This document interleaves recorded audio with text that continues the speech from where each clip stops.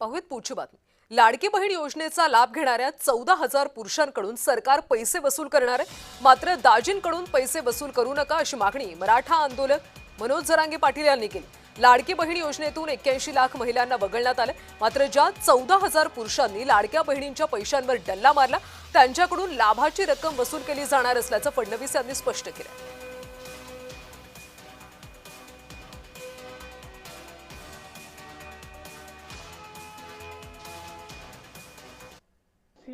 ज्यांनी केवायसी केली नाही त्यांना आता आम्ही पैसे देणार नाही, पण त्यांनी दिलेले पैसे आम्ही वसुली करणार नाही।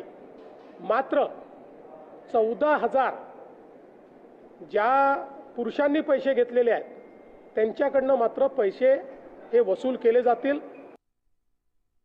लाडक्या बहिणीचे बरेच लाडक्या बहिणी बाहेर काढल्या आणि काही 14,000 दाजीने बी काढले होते वाटतं पैसे लाडकी बहीण होऊन।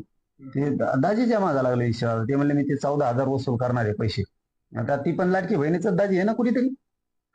अरे जरी दाजीना काढले असले 14,000 तरी ते बायको आहेच ना दाजीला, ती तुमची बहीणच आहे ना मग लाडकी बहीण।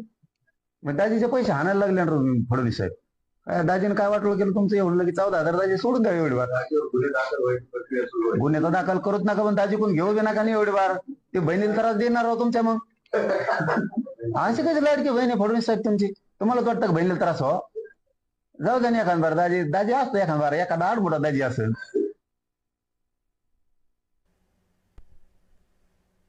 पाहूयात पुढची बातमी। नवी मुंबईमध्ये शरद पवारांच्या राष्ट्रवादीचं आंदोलन पाहायला मिळालं। महागाईच्या विरोधात अनोखा